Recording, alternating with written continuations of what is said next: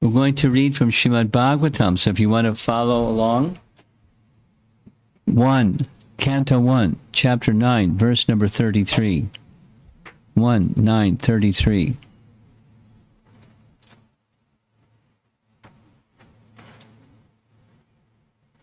Jitendriya.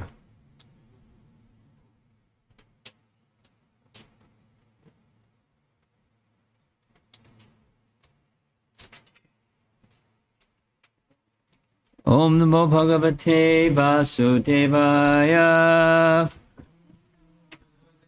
Om Namo Bhagavate Vasudevaya. Om Namo Bhagavate Vasudevaya. So I'm going to recite a verse from chapter 2, verse number 4. You probably know the verse. You can say responsively if you know the verse. Narayanam namaskritya naram chaiva narottamam devim saraswatim vyasam tato jayam udirayet. And the translation is, before reciting this Srimad Bhagavatam, which is the very means of conquest, one should offer respectful obeisances unto the personality of Godhead Narayana, unto Narayana Rishi, the supremmost human being, unto Mother Saraswati, the goddess of learning, and unto Srila Vyasadeva, the author.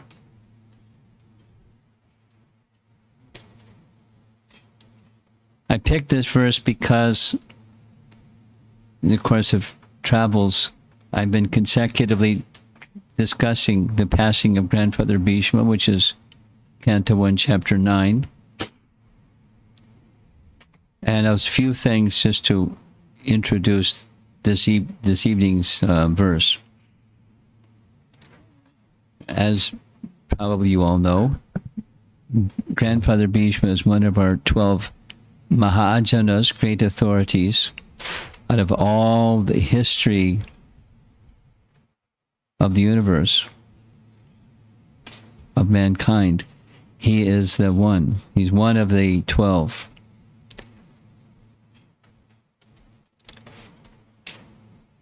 He was the son of Ganga and Santanu.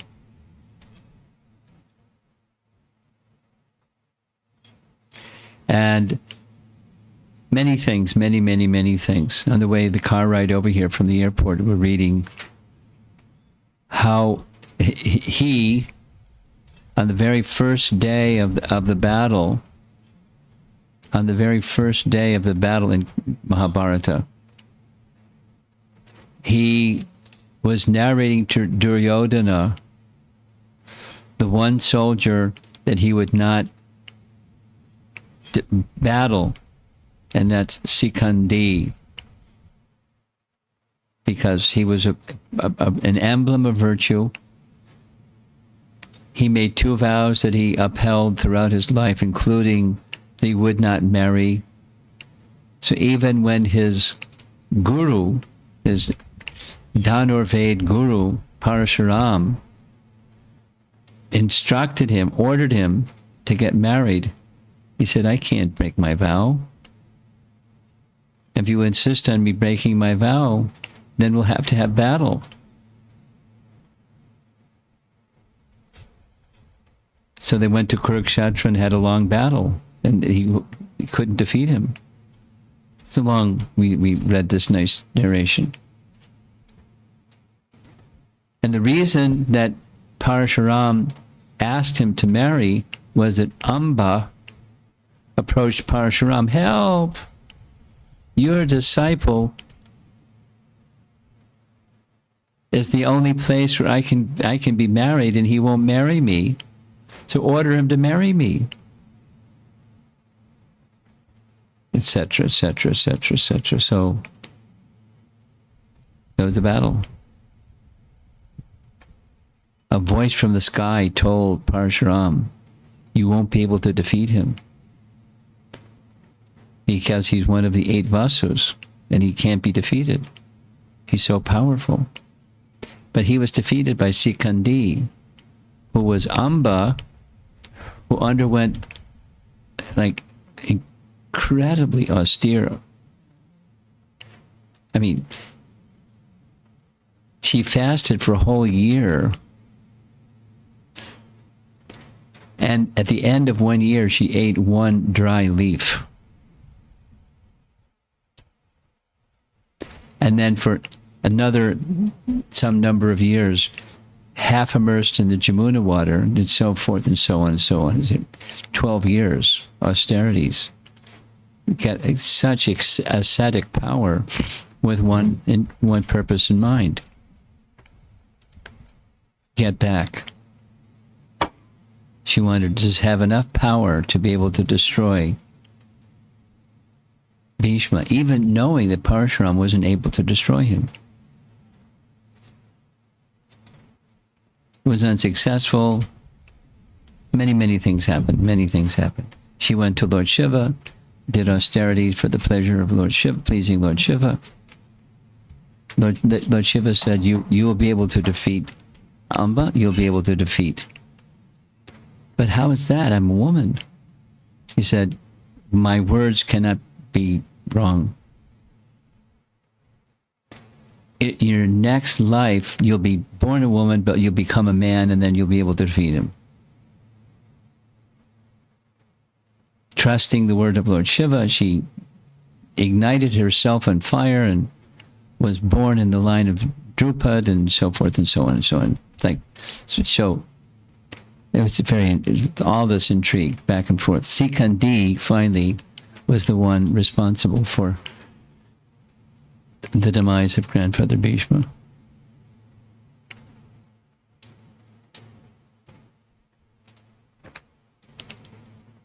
Very involved story. So Bhishma was a heroic fighter. He was an emblem of truth and virtue. He knew the Vedas. He lived by the Vedas. He was a Mahajan. Great soul. And here he is, lying on his bed of arrows. The scene is Kurukshetra battle is over. Following the Kurukshetra battle, the second time around, the installation ceremony, because Rajasuya was already performed in Indraprastha, he is officially the emperor of the world. And he, Yudhisthira, with his crown and his royal attire, and the other brothers, with Krishna, went to see Grandfather Bhishma lying in the battlefield, in the bed of arrows. Yudhisthira feels terrible seeing his grandfather in that condition because of me, so that I could become the emperor. Shame on me. What an abominable person. And so many millions of soldiers killed, and what an abominable person. Grandfather Bhishma, who cared for us like our father in the absence of our father. How abominable. He was feeling horrible. So he who's lying in a bed of arrows, who can imagine the pain? He transcended the pain and just was pacifying Yudhisthira. Verse after verse after. So we, in previous discussions, were covering these verses. And hearing the solace words of Grandfather Bhishma, Yudhisthira's consciousness was lifted. He understood that everything happened according to the plan of Krishna, who was standing right there. It was his plan. You were just an instrument of his plan. If you're going to blame yourself, then blame the wielder of the instrument. You're not going to blame Krishna, so don't blame yourself. You're just acting according to his plan. and he was pacified. And then the movements of the sun moved towards the northerly direction. As a mystic yogi, he could leave his body at will. So he then withdrew his senses from worldly activity and concentrated his senses, pratyahara, concentrated his mind and senses on internal service to Krishna. So complete mood change, and now he's ready to leave his body with his eyes fixed on Krishna, and Krishna's eyes fixed on him, exactly what Grandfather Bhishma wanted. And then words of glorification of Krishna. Voluntarily choosing the moment that he would give up his body, which commentary Prabhupada explains, certain kinds of yogis can do that. Bhishma was one. But it wasn't through the practice of mystic yoga, it was through the practice of bhakti. He had such power. So I've gotten as far as verse 33, and I see it on the screen here. So we're going to try to chant responsibly 1933. Is that right?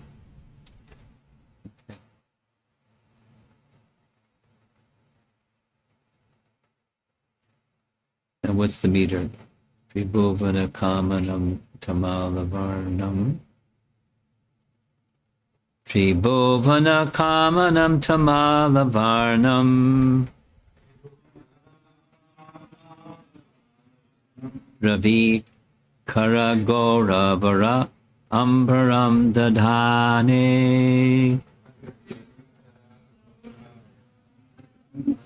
This isn't the right meter. Vapu alanka kula tananabjam. Vijaya sakeratir astu me navadya. Tribhuvana kamanam tamalavarnam. Ravikara Goravara Ambara Dadhane. Vapu Alanka Kula Ritananabjam. Vijaya Sakeratir Astume Navadya. Translation: Sri Krishna is the intimate friend of Arjuna.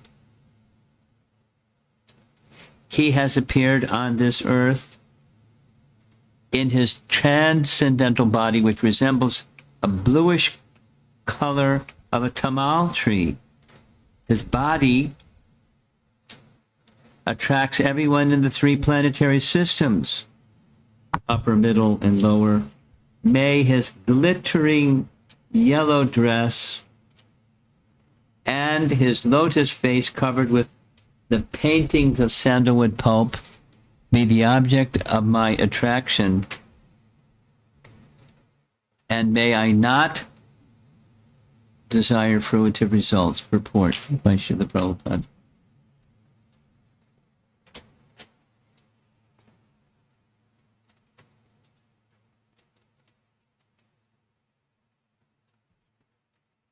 I'm just going to point the fan away from my face. I hope you don't mind. It's just right in my eyes. When Sri Krishna, by his own internal pleasure, appears on earth, he does so by the agency of his internal potency. It's okay, it's okay, it's okay. I just turned the direction. The attractive features of his transcendental body are desired in all the three worlds, namely upper, middle, and lower planetary systems. Nowhere in the universe are there such beautiful bodily features as those of Lord Krishna. Therefore, His transcendental body has nothing to do with anything materially created. Arjuna is described here as the conqueror, and Krishna is described as his intimate friend. Bhishma Dev, on his bed of arrows after the battle of Kurukshetra, is remembering the particular dress of Lord Krishna, which he put on as the driver of Arjuna's chariot. While fighting was going on between Arjuna and Bhishma, Bhishma's attraction was drawn to the glittering dress of Krishna, and indirectly he admired his so-called enemy Arjuna for possessing the Lord as his friend. Arjuna was always a conqueror because the Lord was his friend. Bhishma Dev takes the opportunity to address the Lord as Vijaya Sakhe, or friend of Arjuna, because the Lord is pleased when he is addressed conjointly with his devotees, who are related with him in different transcendental humors. While Krishna was the charioteer of Arjuna, sun rays glittered on the dress of the Lord, and the beautiful hue created by the reflection of such rays was never forgotten by Bhishma Dev. As a great fighter, he was relishing the relation of Krishna in the chivalrous humor. Transcendental relation with the Lord and any one of the different rasas or humors is relishable by the respective devotees in the highest ecstasy. Less intelligent mundaners who want to make a show of being transcendentally related with the Lord artificially jump at once to the relation of conjugal love, imitating the dances of Braja Dham. Such a cheap relation with the Lord exhibits only the base mentality of the mundaner, because one who has relished conjugal humor with the Lord cannot be attached to worldly conjugal rasa, which is condemned even by mundane ethics. The eternal relation of a particular soul with the Lord is evolved. A genuine relation of the living being with the Supreme Lord can take any form out of the five principal rasas, and it does not make any difference in transcendental degree to the genuine devotee. Bhishma Dev is a concrete example of this, and it should be carefully observed how the great general is transcendentally related with the Lord.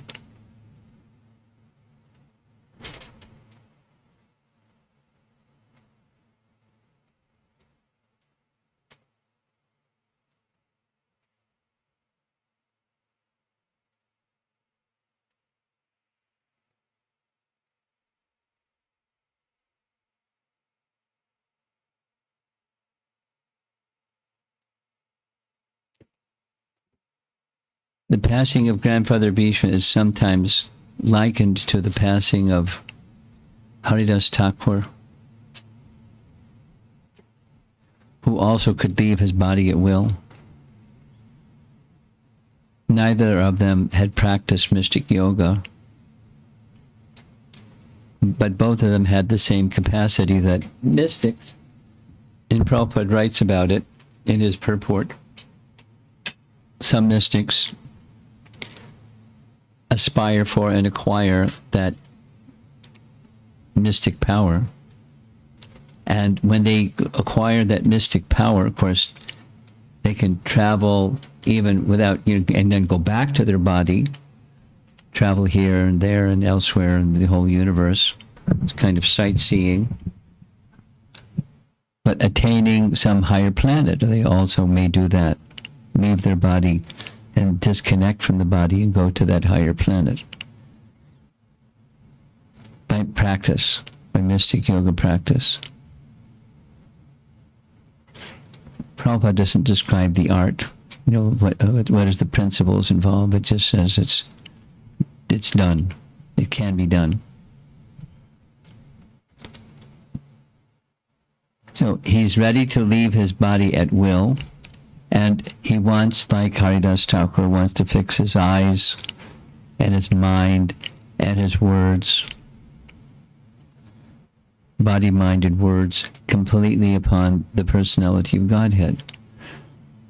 Of course, their relationship with the Supreme Lord is different. Everyone's relationship with the Supreme Lord is unique, but the principles are quite similar. And Bhishma Dev's, one of the aspects of his relationship with Krishna that is mentioned, and that's the relationship of chivalry. Now, chivalry exists on the material plane because it exists on the spiritual plane. Or, as above, so below. Because it's there within the Supreme Lord and his devotee, it's there within this plane also. But the elevated Bhishma Dev has this transcendental secondary rasa of chivalry, and there are different explanations given why Bhishma Dev fought on the side of the bad guys, or very clearly the violators of Dharma. He who is the upholder of Dharma fought on the side of the violators of Dharma. It's not that Grandfather Bhishma didn't know the ways that they had violated Dharma. Yet he sided with them,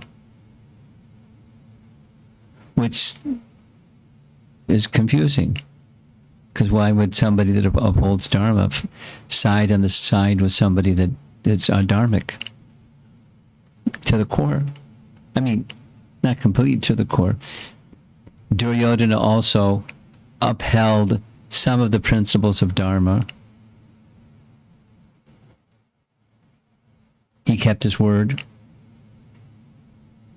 When he gave his word long ago to Arjuna, Arjuna saved his life. And when he saved his life long ago, he made a promise. Whatever you like, I'll ask later. And when Arjuna asked for the 5 arrows, he gave the 5 arrows. But it was those 5 arrows that were destined to kill the Pandavas, and he asked for the 5. So he had some sense of virtue. Even Duskritis have some kriti, but they just misuse it. Like Jarasandha. He had some kriti. Where did he get his power from? Of course, the power comes from the powerful, but there's the eligibility to receive that power from the powerful. So he had merit, but he misused it. And one of his notable, Jarasandha's notable traits was giving charity. Now, it's nice to give charity. It's nice to give charity to brahmanas. And then he would give charity to brahmanas because it gained merit for him. And the merit was misused because he was a duskriti. Sukriti, duskriti. Kriti can be used in different ways. So, Grandfather Bhishma fought on the side of the Kauravas for a dharmic reason. Of course, there's paradharma, and then there's dharma that's subordinate to paradharma. It's not like Bhishma doesn't know that. But the dharmic principle was that he was being maintained by the Kauravas, and therefore, by dharma, he's obliged to be on the side of those who are maintaining him. So he fought with the Kauravas. But there's the transcendental reason, and that the transcendental reason is this chivalrous rasa. So he could be, during the battle, he could be seeing Krishna face to face. He's taking the opposite side of the Pandavas, means he's taking the opposite side of Krishna. Now, you all know these Mahabharata details, but I'll say them anyway because it's nice to hear them again and again. Krishna took, both Balaram and Krishna took the position they won't fight. Balaram's plan was he'd just go on pilgrimage. And Krishna's plan was, I won't fight. So you know the story. He was with Duryodhana and Arjuna saying to them, I'm not going to take sides. But one of you can have all the armies of the Yadu dynasty. That's a lot of armies, a lot of soldiers. And the other one can just have me on your side. But I won't fight. But I won't fight. And Duryodhana was given the first shot. I'll take your armies, thank you. I mean, the description is Duryodhana was by his head or by his shoulders. Arjuna was by his feet.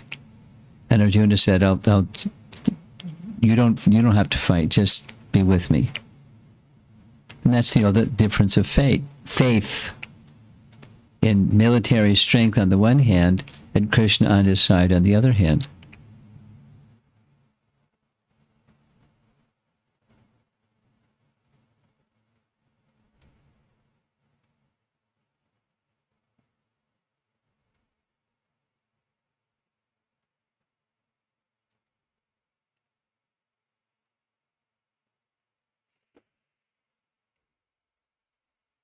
I was having this class yesterday evening.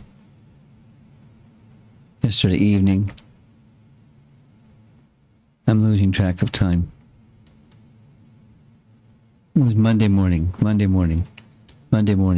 with the Chinese devotees. And there was this discussion about, no, it wasn't. I'm sorry. It was something else. Anyway, Arjuna took a vow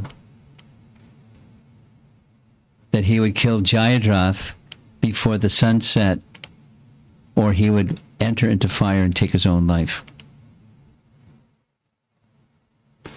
And the Kauravas were like, yay! All we have to do tomorrow is just keep. If Arjuna we can't kill Arjuna, he's too powerful. But if Arjuna takes his own life, then we're guaranteed a victory. All we have to do is one thing. Just protect Jayadratha. So this and that and the other, your Dronacharya, the invincible Dronacharya, military guru so Arjuna is going to defeat him. So Arjuna shot arrows in his hands because he's expert at archery. And this and that and the other thing and the other thing. And then the sun set. But the sun didn't exactly set. It was almost set. And Krishna sent his chakra that made it look like the sun had set. So the Kauravas are celebrating, but then the chakra allowed them to see that the sun hadn't set. It was still setting, and Jayadratha was killed with one of Arjuna's arrows, and the head of Jayadratha went flying through the air, landed on the lap of his father, because there was this benediction that Jayadratha said, whoever kills me, whoever their head will crack into seven. Whoever my head lands on the ground, their head will crack in 7 pieces. So his father's head cracked in 7 pieces. It's very Mahabharata-esque, very involved and detailed. But Krishna asked Arjuna, why'd you take this terrible vow? And Arjuna said, because I knew you'd protect me. He didn't know how he would protect him, but he knew he would protect him. And sure enough, Arjuna is very special in his relationship with Krishna. And in this verse that we just read, Bhishma is appreciating Vijaya Sakhe, that there's a way of addressing Arjuna, so dear to Krishna, is because he's so dear to Krishna. He was guaranteed a victory because he was always with Krishna, and Krishna is always victorious. So Arjuna will always be victorious. Arjuna can't be defeated because he's always with Krishna, who can't be defeated.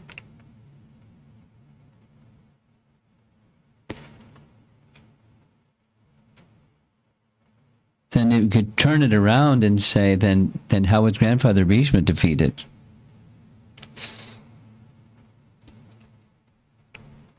If he's very dear to Krishna too.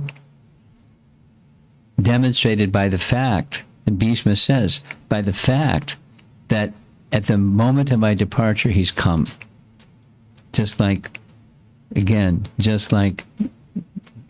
Chaitanya Mahaprabhu was present at the passing of Haridas Thakur, because Haridas Thakur was so dear to Chaitanya Mahaprabhu. He was present at the time of his passing, and he chose to pass voluntarily, eyes fixed upon the personality of Godhead, Chaitanya Mahaprabhu, the Lord of his life, the Lord of his heart, the Lord of his everything. So Krishna had that relationship with grandfather Bhishma, also like with Arjuna. So who can defeat grandfather Bhishma? But Bhishma knew how he could be defeated. Sikandi is the only one. And sure enough, that's how it happened. There's details and details, but because Krishna will uphold the word of his devotee.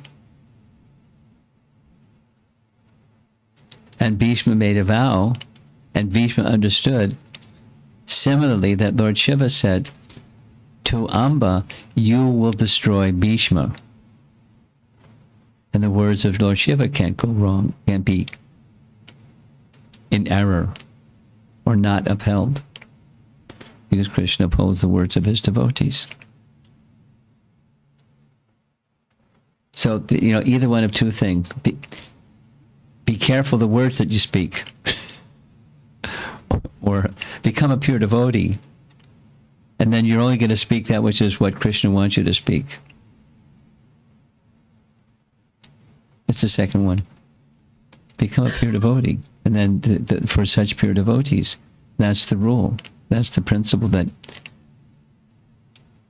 holds everything together.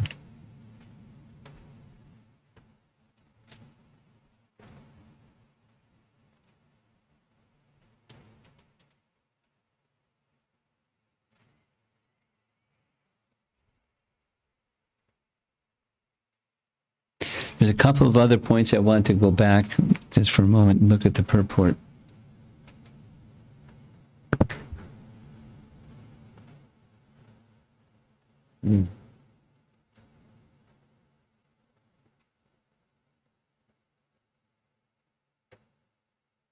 There's a series of explanations of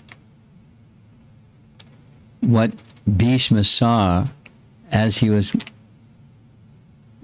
seeing the form of Krishna on the chariot, and what he's seeing in the form of Krishna standing before him at the moment. On the chariot, because of the golden garments reflecting the light of the sun, that was charming to the eyes of grandfather Bhishma. He's a warrior.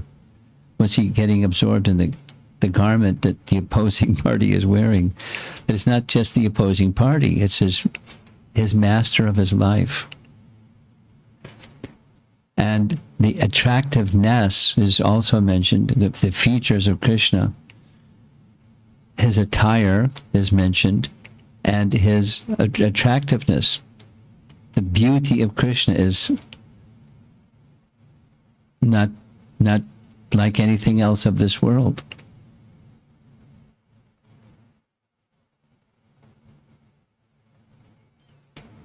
Bhagavan has 6 opulences, and the 6 opulences of Bhagavan are manifest in each of the manifestations of Bhagavan. He has all 6. And of those who have the all 6, Krishna has the all 6 in the superlative degree. They're all Bhagavan. Those who are Bhagavan have all the 6 opulences. But the fullness of the opulences are not equal. There's a nice explanation given by Jiva Goswami in Bhagavat Sandarbha. So some technical Sanskrit terms. Prabhava Vasta. There are 3 of the forms of the expansions of the original personality of Godhead. 3 manifest as features of Bhagavan to their maximum degree, according to according to Jiva Goswami in Bhagavat Sandarbha. Ramachandra, Lord Nrsingadev, and Krishna. And then he makes the statement that of the 3, Krishna manifests them even in the fullest degree, even beyond Rama and Nrsimha. But the excellences, the bhagas of Bhagavan are manifest in their maximum degree in Krishna. So to say that Krishna has all beauty, how can you say that sufficiently? So the way it's described here is in the 3 worlds. There's no one more attractive than the all-attractive. There's no one more beautiful than the superlatively beautiful, Krishna. And thus he attracts the hearts and the minds of everyone. And Grandfather Bhishma is no exception. So it's the chivalrous rasa that takes the spotlight. He relished, Bhishma relished, and Krishna relished. It wasn't a one-way, it was a two-way. Krishna enjoyed the combat with Bhishma. Krishna enjoyed the combat of protecting Arjuna from the arrows of Grandfather Bhishma. We know that nice passage from Nectar Devotion. Krishna, when Bhishma was firing arrows to hit Arjuna,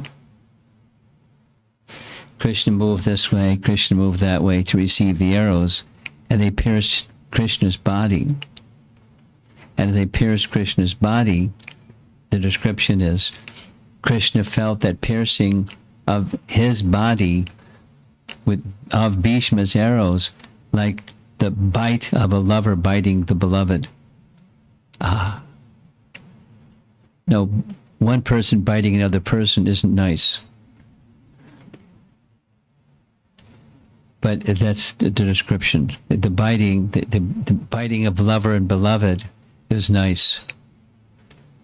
The arrows of Grandfather Bhishma hitting Bhishma Dev, not targeting Krishna, targeting Arjuna, but Krishna was adapted, could move this way, that way.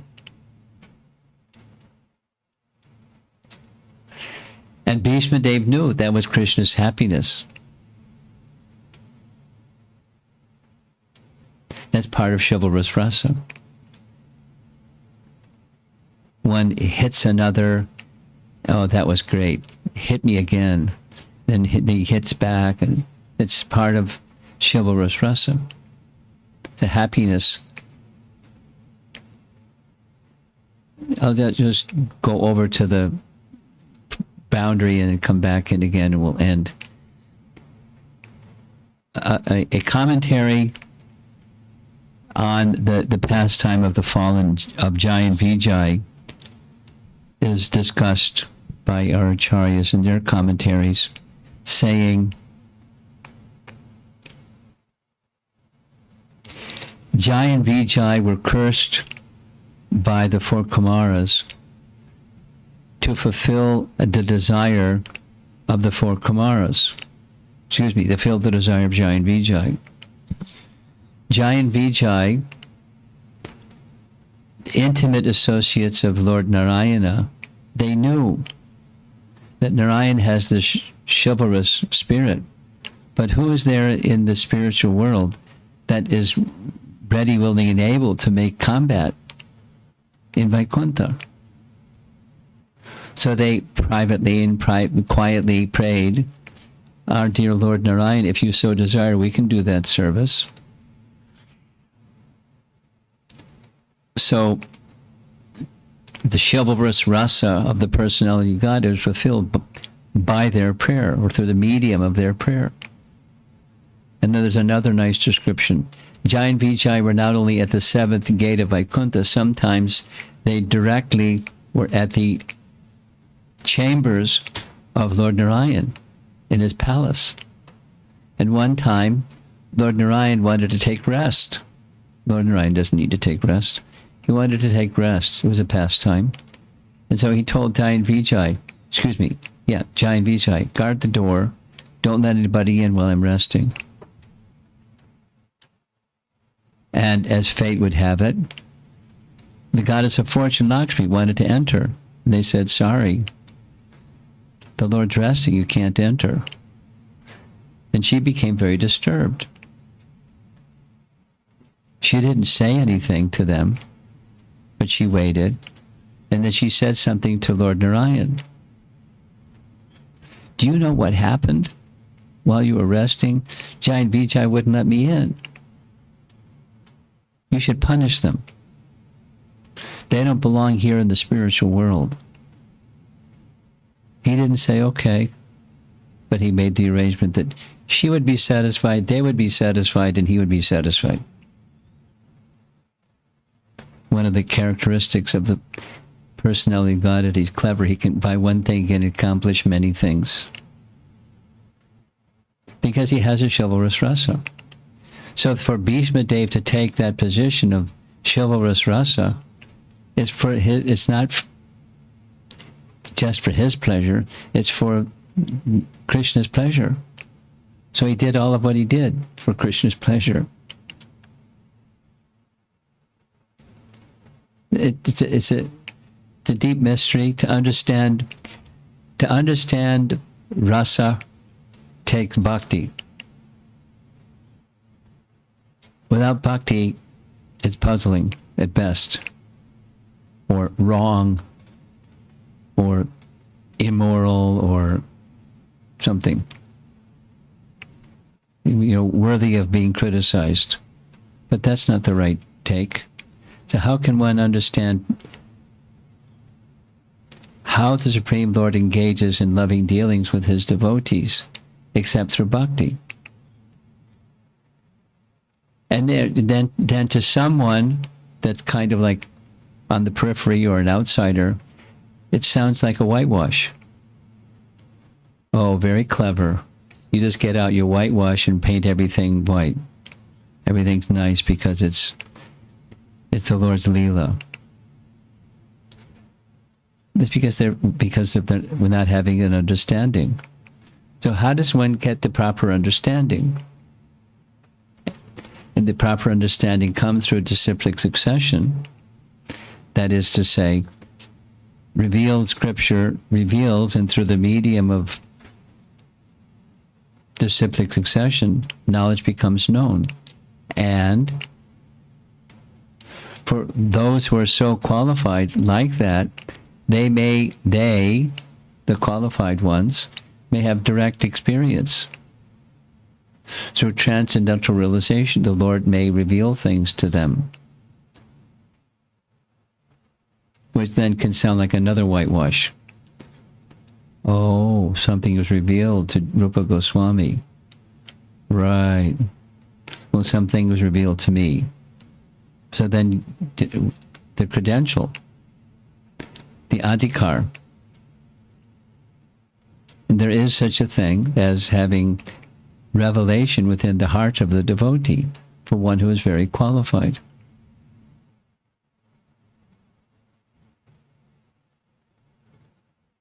So it takes pure devotion to recognize what's what, along with alignment with revealed scriptures and the representation of the scripture through disciplic succession. So it's a science, and it's a refined science, and it takes refined persons to be able to understand a refined science. And those that aren't refined aren't going to understand refined science. They'll get it wrong, which sometimes happens. Therefore, it's good for us to have such authoritative texts like the Bhaktivedanta purports, and within the Bhaktivedanta purports, particularly in Chaitanya Charitamrita, Prabhupada encourages that we read the writings of the Goswamis, just like he did with Bhakti Rasamrita Sindhu, and simplified as a summary study, nectar of devotion, nectar of instruction. Then one can go very, very deeply into any one of those topics. And our acharyas have. There's commentaries on the writings of Rupa Goswami. There's commentaries on the commentaries of the writings of Rupa Goswami, because he's such, we're Rupanugas. We're followers of Rupa Goswami. And those that are factual, genuine followers of Rupa Goswami, we can learn from them. Things like this explanation of Lakshmi said, and the four Kumaras cursed, and Jai and Vijay prayed. Now, how do we know? From authoritative sources. And some persons have those things disclosed.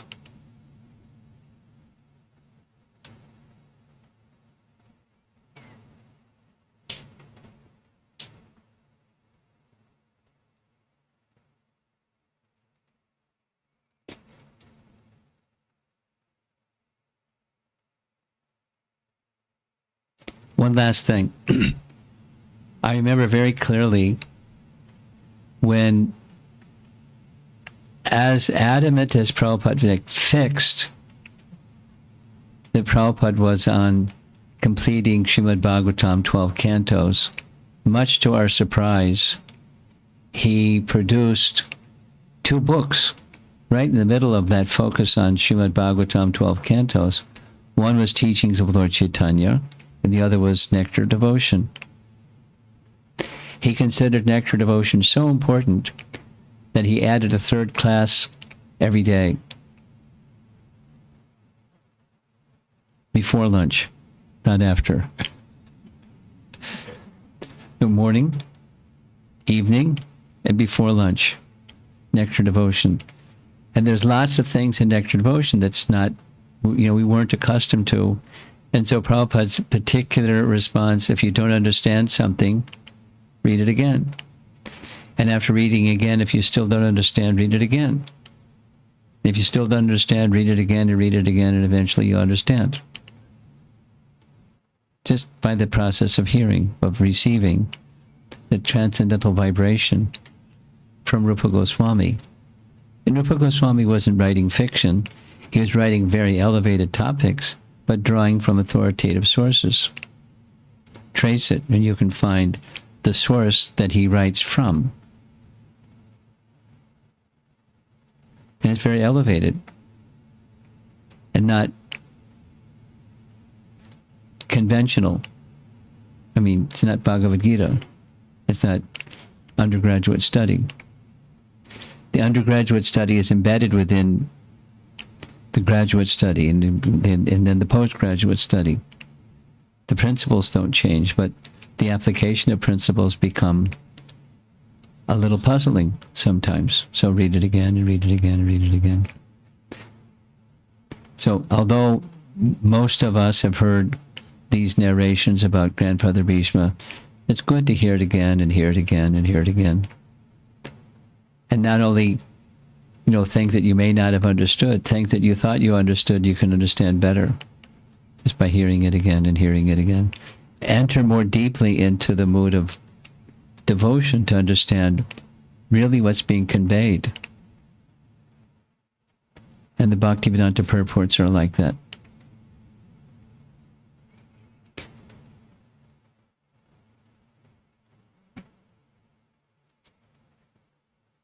I've been looking over here because my chair is turned this way, but there's a large audience over here too. Any discussion or comments or questions, Subal? Thank you, Srila Swami. You mentioned Grandfather Bhishma in the position of having his body, mind, and words completely focused on the Supreme Personality of Godhead, Krishna, right in front of him, and expressing all these beautiful prayers. And it's something that you find that is in so many ways brought up again and again through the Srimad Bhagavatam, this alignment of body, mind, and words. Yes. Lord Brahma, in his prayers, he mentioned it in terms of hearing and chanting, or hearing of, focusing on hearing and chanting with one's body, mind, and words, and offering respects. All that is a constant thing. So it is a parallel with pure devotional service, or in other words, one can only achieve that type of synchronization when one comes to the position of pure devotional service. And before that, what is the position that we have right now to be able to achieve that type of alignment? Well, I'm not sure. It sounds like what you're asking is, does sadhana lead to sadhya? And the answer is yes. So how do you get to the stage of perfection? By practice of that which is the stage of perfection. How do you know what the stage of perfection is or what the practice is? Through authority. And you receive descending from proper authority, and you practice and practice and practice. And for some persons it's more quick, for some persons a little slower. And there's variables that make it more quick or more slow. Largely it's sincerity and submission. But the principle is sadhya, the sadhana. Abhyasa yoga yuktena chetasananyagamino. By practice. And then be mindful of those same points, body, mind, words. Not words do this and body do that. And mind is somewhere else. Alignment. So practice. Sincerely. Consistently.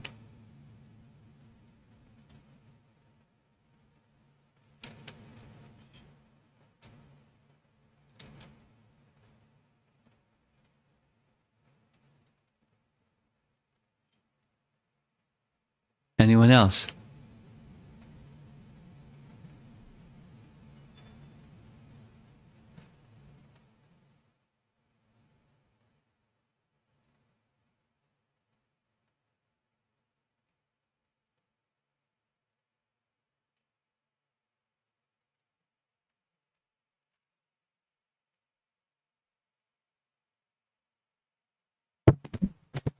Thank you. Hare Krishna, Guru Maharaj. Thank you very much. I have one question and one comment. The question is related to the last part of the purport that we read today. It says that regardless of the degree, I'm paraphrasing because I don't remember the exact words. Want me to read the exact words? I can read, Maharaj, if that's okay. No, I can read. Thank you so much. The last part where Prabhupada is saying that regardless of the degree of the transcendental relationship between As having to do with rasa. Yes, Maharaj. So my question was related to that. Prabhupada is saying that regardless of the degree, if he's a genuine devotee, then then he should be respected as a devotee. And my question is, how then can we differentiate, just besides offensive behavior, how can we differentiate between a devotee like Bhishma Dev and somebody like Shishupal? Well, can you make it a little more easy, a little more challenging than, Shishupal was in derision and scorn. I'm taking Shishupal's example, Maharaj, because on the one hand, we have chivalry of Bhishma Dev. Yeah. Chivalry of Bhishma Dev, and that is where actually Bhishma Dev is hitting with arrows to Lord Krishna. And then on the other hand, it's a question of love. Yes. So yeah. So I was just considering. Whose pleasure is one doing something? Yes. Yes, Maharaj. And Shishupal was, not for Krishna's pleasure, and Bhishma Dev was for Krishna's pleasure. It was very conscious that this is pleasing to Krishna. Yes. I mean, that's chivalrous rasa.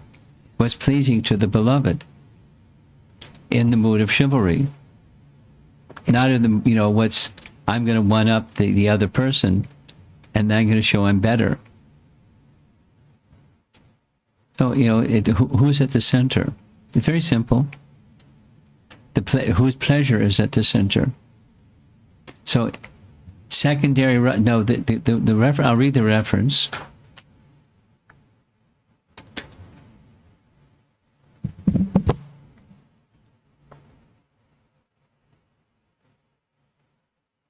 The eternal relation of a particular soul with the Supreme Lord is evolved. A genuine relation of the living being with the Supreme Lord can take any form out of the five principal rasas, and it does not make any difference in transcendental degree to the genuine devotee.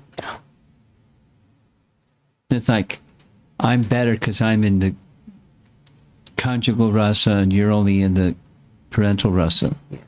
Parental rasa, I'm much better than the friendship rasa. So they're not differentiation like that. Excellent.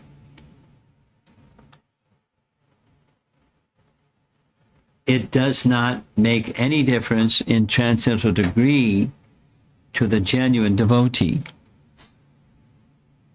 Bhishma Dev is a concrete example of this, and it should be carefully observed how the great general is transcendentally related with the Lord. So now, does that answer your question? Yes, Maharaj. Okay. Yes. The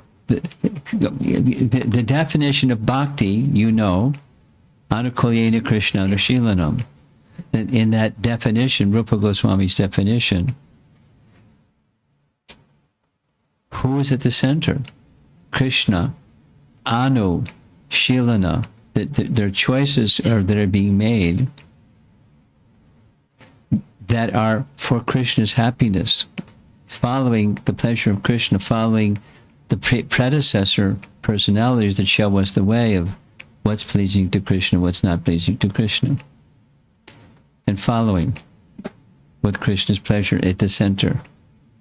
So that's not Bhishma. That's not Shishupal. And it is Bhishma. It's okay. Something else? Yeah, but one comment, Maharaj, if I may share that. Thank you so much for sharing the story of Jai Vijay on the site, because I think that probably I'm just talking about my. You're a powerful speaker. Either hold the microphone a little further away or speak a little softer, one or the other. Yeah. Yeah, thank you, Maharaj. And sorry. I was saying that thank you so much for sharing the story of Jai Vijay, because I think hopefully I'm not just speaking about myself. When I say that as a devotee, it becomes very easy for me when somebody gives me a rule and I'm just to follow it. Like shut your phone off. That's a good rule. Sorry, Maharaj. If anybody else has their phone on, do the needful. Go ahead. And the stories like the story of Jai Vijay, I think it tells me that we should, as a devotee, also know the exception to the rule. And Well, there wasn't an exception. They wanted to please him. And they knew he had a chivalrous bhav, yeah. but it wasn't being fulfilled. They want it to be fulfilled. Yes, Maharaj. I was looking at it from the point of view of when they were asked to guard and they applied that rule blindly to Lakshmi Devi. Well, that's what servants are supposed to do. And they did the right thing. And he knew they did the right thing for the right reason. And she got ticked off. That was her problem, Yes, Maharaj. not their problem. Okay. But it was all part of a plan. You know, it's all part of a bigger plan. Her getting ticked off was part of a bigger plan. Because she's the goddess of fortune. She could just, poof, and they're out of the way.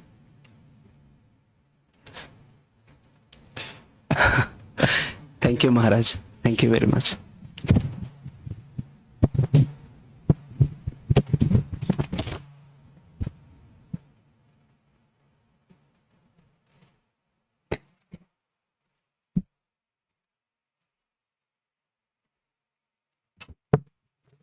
Hare Krishna Guru Maharaj, thank you so much for the class.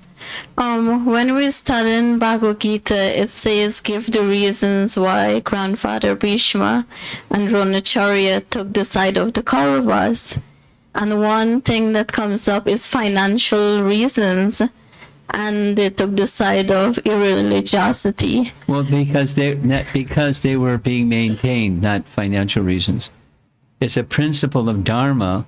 Someone maintains you, you are supportive of them. They're supporting you, you support them. It's just not exactly financial, but it's a principle of dharma. But what I wanted to say is you giving the class and talking about the rasa and everything about the Lord and the devotee, it brings all of it into perspective. So thank you so much, Guru Maharaj. Well, Bhishma Dev is a fastidious follower of dharma, as we know. At the same time, above the fastidious rules of dharma is his love for Krishna. That governs, that trumps or supersedes anything. Sarva dharmam parityaja, that, mam ekam sharanam, that's Bhishma. That's Bhishma. So even in the application of the principles of dharma, it's for that one purpose.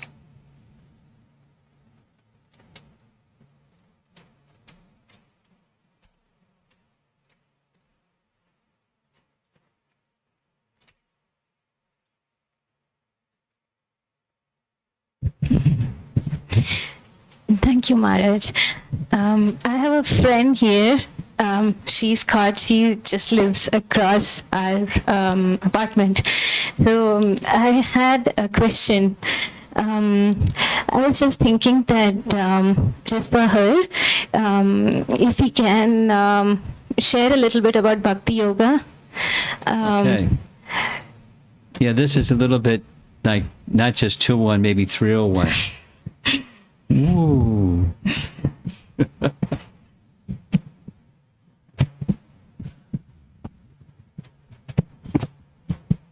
Okay.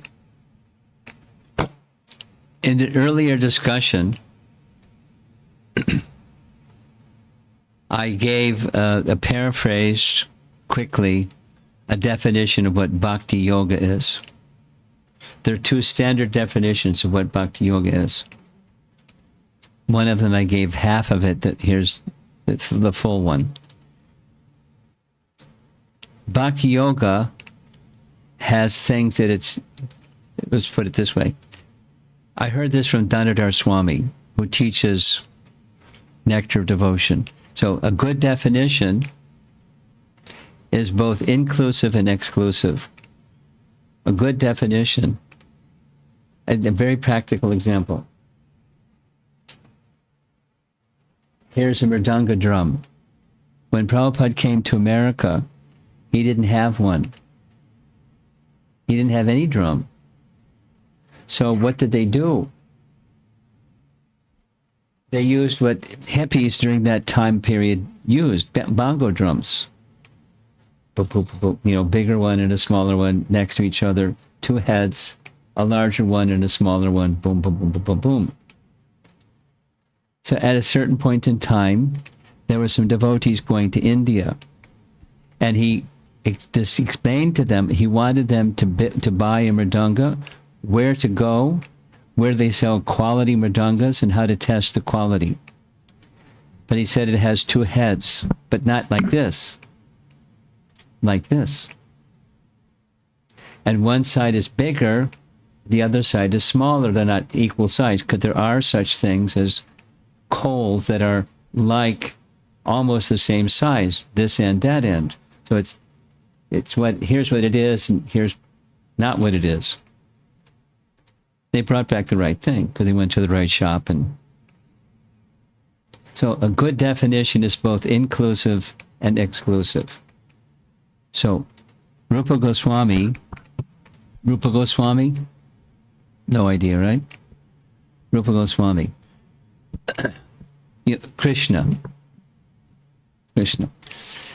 Krishna appeared after Krishna's departure in the mood of his own devotee. Really? Say that again? Krishna gave teachings in Bhagavad Gita. And the conclusion of those teachings is a very important verse.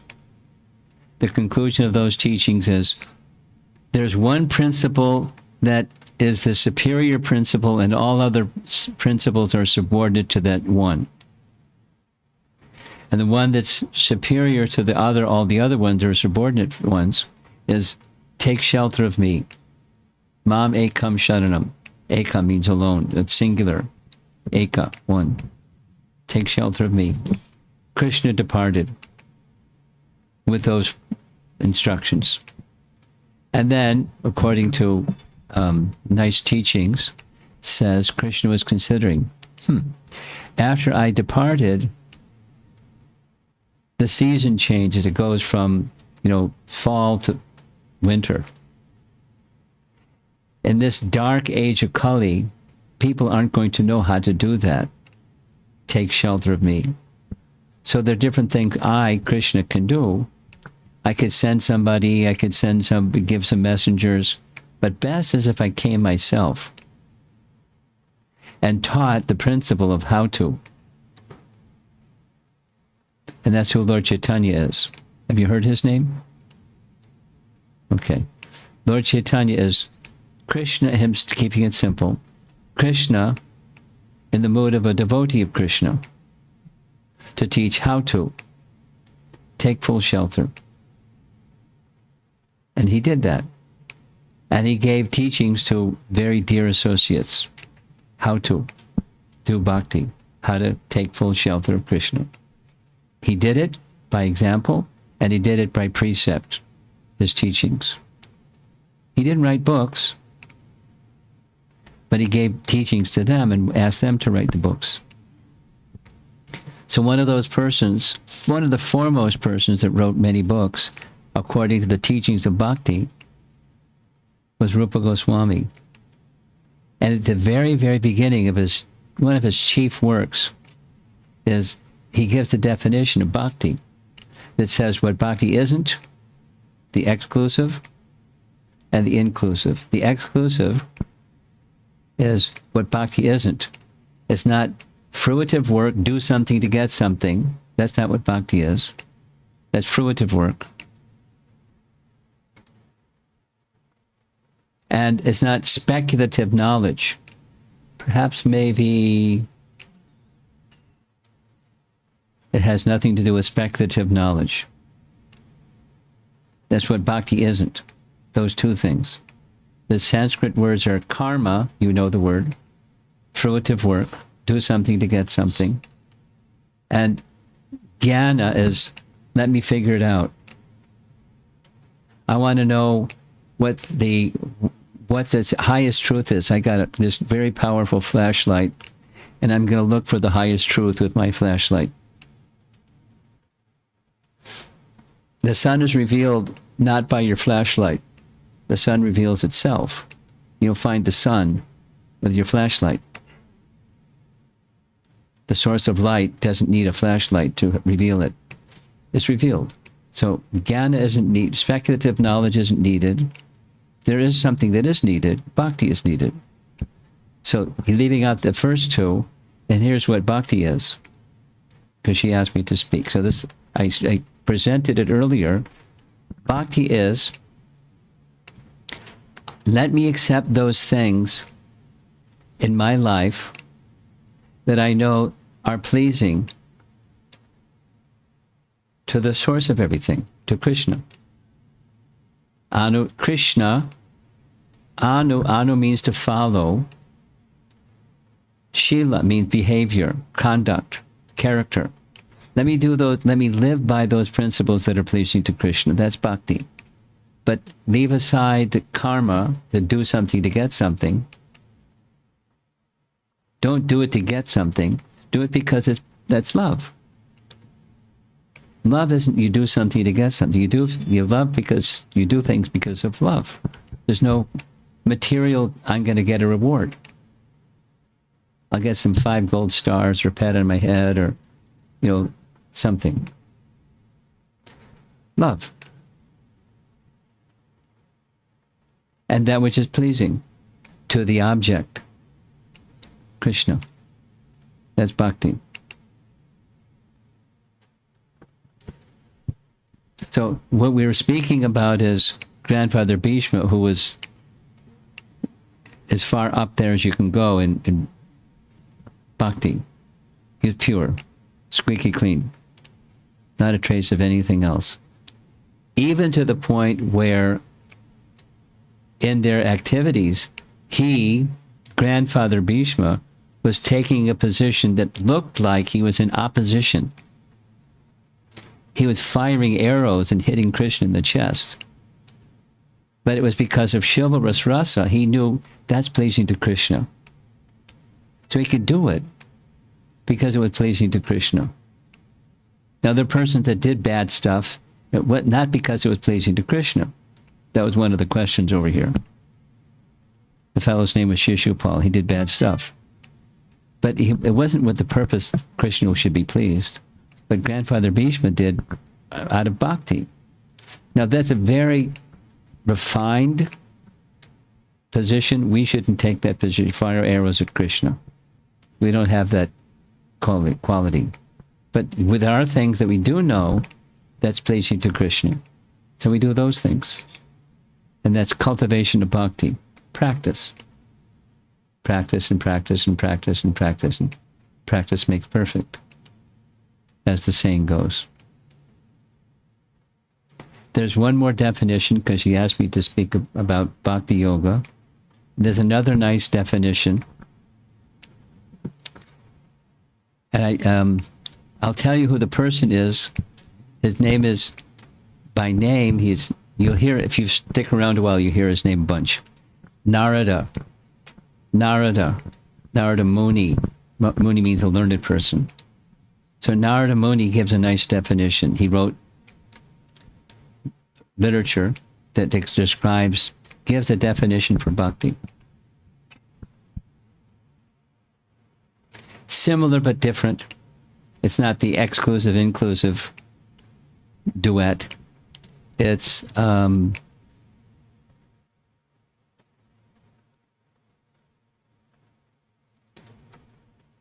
he does start with what bhakti isn't. What bhakti isn't is identifying with the covering of the soul.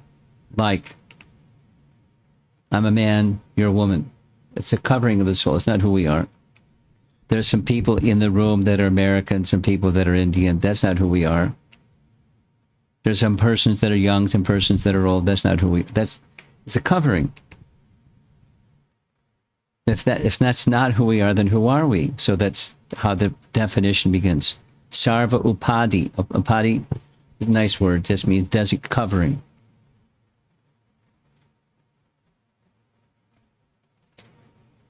On the airplane on the way here, I was flying Southwest Airlines.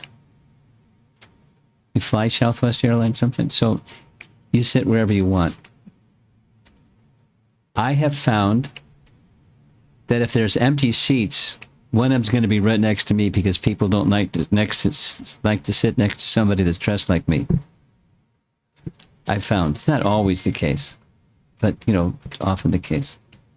So the lady that sat next to me, she was not like that. She was very friendly. It was so very very nice conversation. Light. No, are you a monk? And I said, why do you say that? And she chuckled. She said, no, really. Are you a Buddhist monk? I said, no. Oh, really? Then what kind? I'm a Krishna monk. Oh, what's a Krishna monk? So, but that's not who I am. There's something inside that's who I really am. There's something outside that's not who I really am. There's a social role and some functions and some things that I do and don't do and all that stuff. But that's not who I am. So, definition of bhakti is to know the coverings are not who you are. And then who you are, Krishna Anushilana. No, that's the other verse. Sarvapadi Vinir Bhaktam Tat Part Vinir Nirmalam Rishikena Rishikesha Sevanam. There we go. There's some more language. What to do. It means the senses are meant to be used for the pleasure of, operative word is, for the pleasure of, that's bhakti, of the master of the senses. Hands, eyes, ears, nose, etc., senses, service to the master of the senses. That's what bhakti is. Live your life that way, that's bhakti. And don't make the mistake of identifying with the covering while you're doing it. There's a covering. You don't make it zero, but it's not who you are. So you live your social role according to the covering. It's okay. That's not who you are. And who are you? That entity that wants that Krishna should be, the senses to use in service of the master of the senses. Rishikena Rishikesha Sevanam Bhaktir Uchate. Uchate means it is said that bhakti is senses engaged in the service of the master of the senses for the pleasure of the beloved, without identifying with the coverings. You live according to the coverings. That's okay. Remembering that's not who you are. There's social roles. That's fine. Makes society run smoothly. For the purpose of knowing who you are and pleasing, that's bhakti. Pleasing the source of everything. So back to, that's Bhagavad Gita and the other texts of the definitions. And I've been reading from, this is a nice book, 1 volume out of 12. And it's describing one individual lived long ago during Krishna's time that was pure. The bell rang. He got a 10 in his report card. Pure devotee. And how did he live his life, and how did he see Krishna, and how did he speak to others about Krishna, and, what was his behavior, his character, his conduct. So we're reading about his life. Very elderly, very senior, a warrior, great hero, very compassionate, at the same time gentle, but powerful. Good combination. Rare. Some persons that are powerful generally aren't so gentle. They're generally not so humble. But he was a good package. He had all of that because of pure devotion. And the scene is he's about to leave the world at his own choice. And the parting words, his eyes are fixed on seeing Krishna's face and form. He's remembering in his mind, he's remembering the scene that he saw during the battle when he was fighting and Krishna was on the opposite side. His mind is absorbed, his words are absorbed. His heart has been completely given to Krishna. So we're hearing his heart, his revealing his internal life just before his departure. That's the scene. Nice.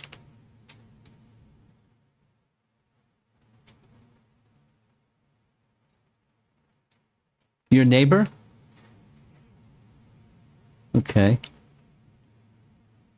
I heard from, have you met Subal yet? Subal, raise your hand. You met. On the way over here, Subal was sharing with me the demographics in this area have been changing lately.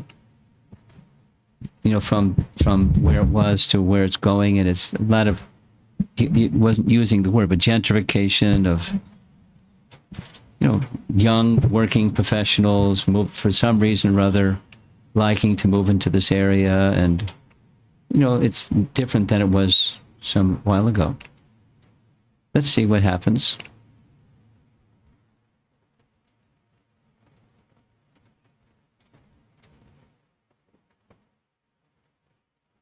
So you probably will have some friends, and when you find some friends, maybe they'll like Bhakti, like you're starting to learn about Bhakti too, and who knows? We have a little Bhakti party. Okay, anyone else? Yeah.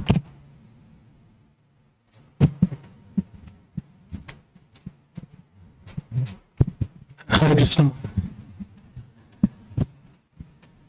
Hare Krishna Maharaj.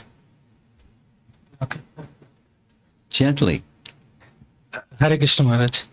So, like you mentioned about in one of, like you quoted the conclusion of Bhagavad Gita, like taking shelter of Krishna. Yeah, yes. You mentioned about the bhakti process, and Yes. Are they both the same, like the bhakti and sharanagati? Yeah. Are they synonyms? Are they? Well, one is the means and the other is the result. You can say it either way, though. You can say Bhakti has an aspect of practice, which is taking shelter, and Bhakti has an aspect which is what happens when you take shelter. You could, Both the means, taking shelter, and what's the outcome of the means of taking shelter? That's love, loving service, just like this nice definition offered a moment ago. so can we say that if you do bhakti, we'll get sharanagati, something like? No. I mean, you're asking definition of terms. That's what you're doing. So, Sharana, for our new guests here, Sharana means taking shelter. Sharanagati is the process of taking shelter. Sharanapati is one who has taken shelter. So there's the contemplation, there's the act, and there's the fruit. It's just Sanskrit. The ending determines, does it mean this, that, or the other thing? So now back to your question. You want to know, does Sharanagati equal Bhakti? Sharanagati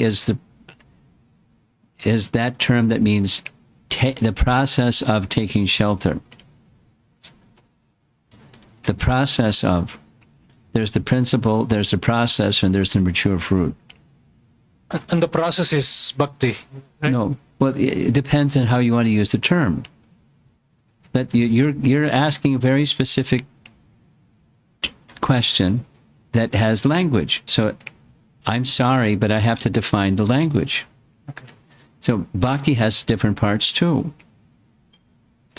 Bhakti has a sadhana part. And bhakti has the mature fruit of sadhana part. Prema bhakti.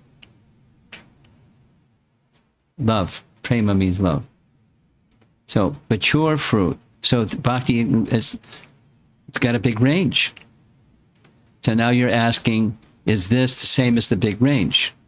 And I'm responding by saying, let's get clear what our definition of terms is. I don't mean to challenge you. I just mean to get clarity, because you're asking for clarity, and this definition makes all the difference. Like a practitioner in bhakti means I am practicing like That's a sadhana. That's a Similarly, sadhaka. in the process of like a practitioner can be a little surrendered. Yeah, 5%. Little surrendered. Or 10%. Okay. Or more.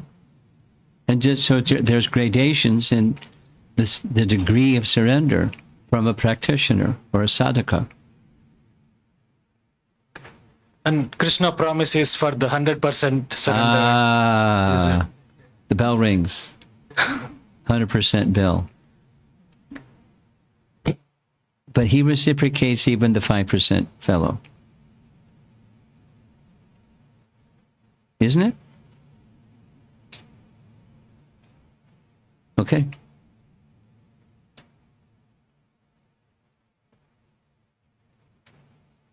Anybody in the back?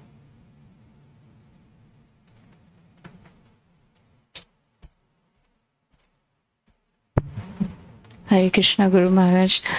Thank you very much for the class. So one comment and one question, Maharaj.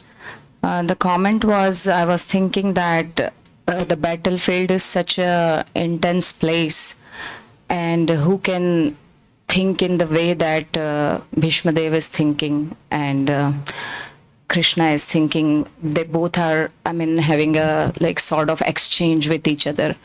So that was very, profound, because only bhakti, with bhakti this. And the question was, Maharaj, that It sounds like they blew a fuse. Yeah. Can you just say without the microphone? So the question was, like you mentioned in definition of bhakti, and we also hear many times.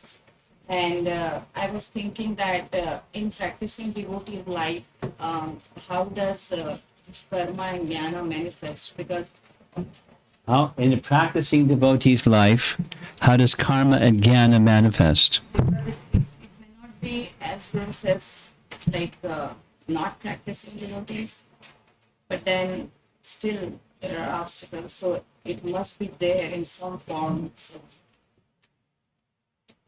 This is our guest. Do you understand her question?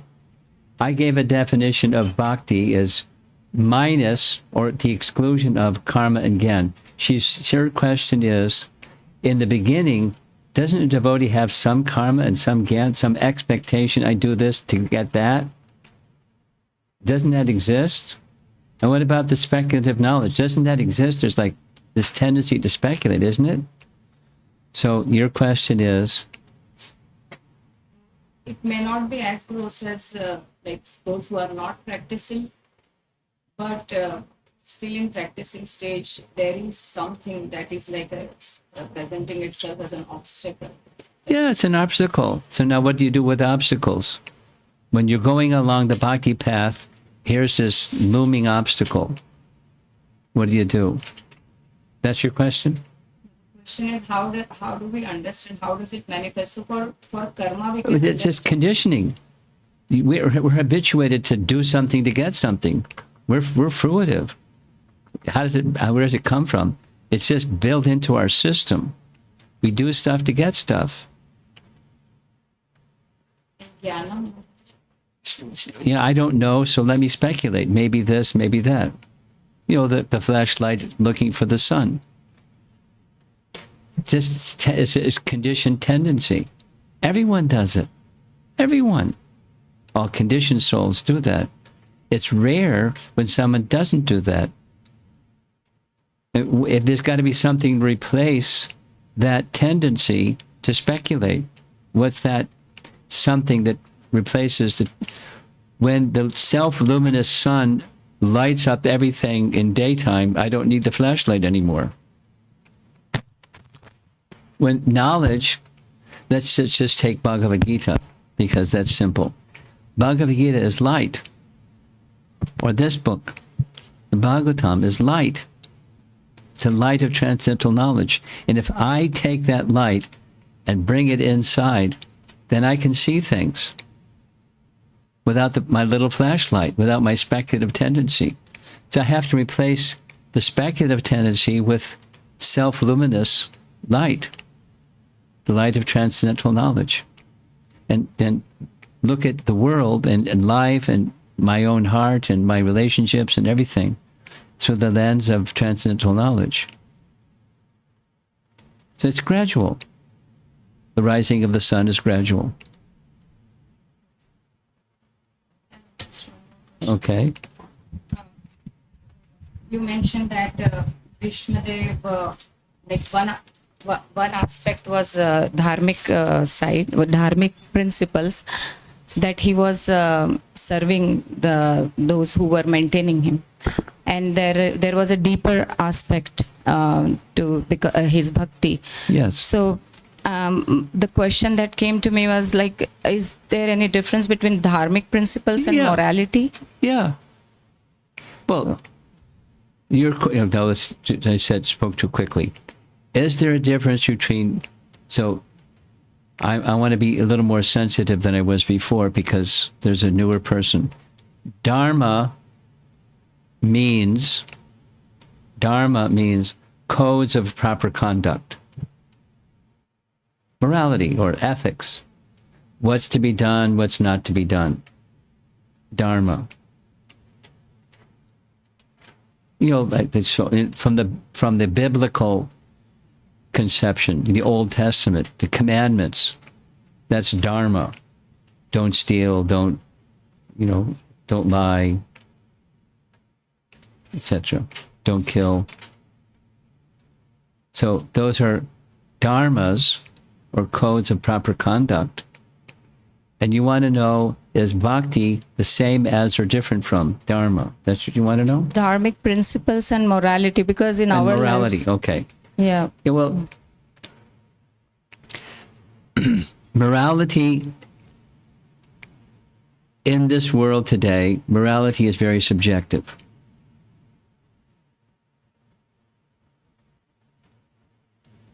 That is to say, the essence, let's just take killing. It's one of the 10 commandments. And then today, it's fudge.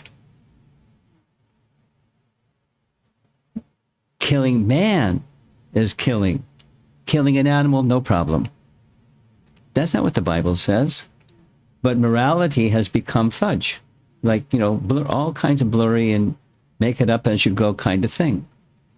That's not what it says.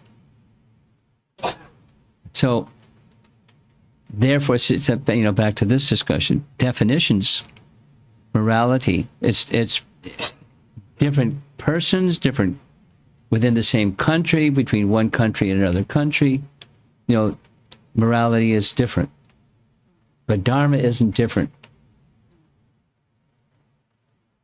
So in our lives, Maharaj, we don't have that aspect like Bhishma Dev had. That's correct. That deeper aspect. Yes, that's correct. We don't have either. We don't have the sense of dharma that he had.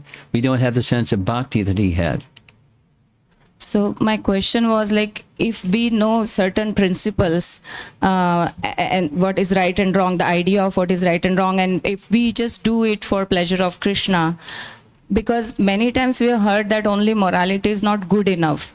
So that's why my question is coming, that if we know certain principles and we just do them for pleasure of Krishna, because my intelligence is not developed that much, still Krishna will be pleased. Yes.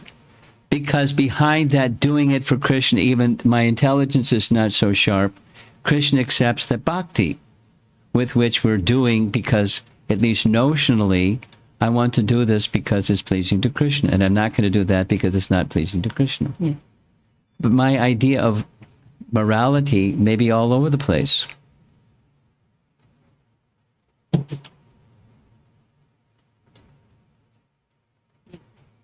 Thank you. You know, again, I'm going to be responsive to this question in a way that's a little unusual. Not in our disciplic succession or tradition, but one of the 12 Alvars built the Tirupati temple based upon stealing. Yeah, so, and because he went and asked people, and they were miserly, and he asked people and asked people and asked people, and then he decided, well, the Lord should have a temple. So they did it in an adharmic, a not to be done way for Krishna. And a wonderful temple. And he's glorified not because he was adharmic, but because he did what he did for the satisfaction of the personality of Godhead. Now, that's not to be imitated, but it's an example of, what he did was for the purpose. It's, similar to this discussion your husband was asking about Shishupal, and for who is to be pleased. Bhakti means the Supreme Lord is to be pleased. Krishna is to be pleased. Now, what's the guidelines? Dharma. He gives us the guidelines. And we follow, because that's the standard of what's pleasing. And one may be superlatively elevated and cross or transgress Dharma for the satisfaction of the Supreme Lord. I mean, it's discussed in Nectar Devotion. It's discussed right in the Bhagavatam, that one may, on the platform of spontaneous bhakti, a spontaneous devotion, love, one may not follow a regulation. There's no transgression. When there's this exhibition of spontaneous, genuine, real thing, spontaneous devotion, some principle may not be observed.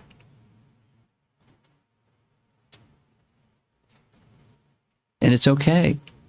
But one has to have the qualification of spontaneous devotion. For the rest, for most of us, it's regulative. We follow the regulations of Dharma.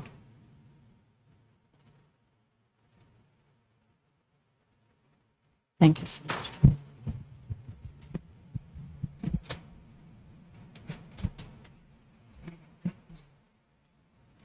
We're done.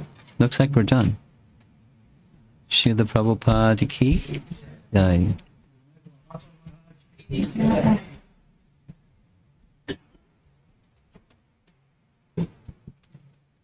Now, I brought with me some Mahaprasadam, but my suitcase isn't in the house. So we're going to ask you to take Mahaprasadam from the temple. Kishore Kishori Mahaprasadam.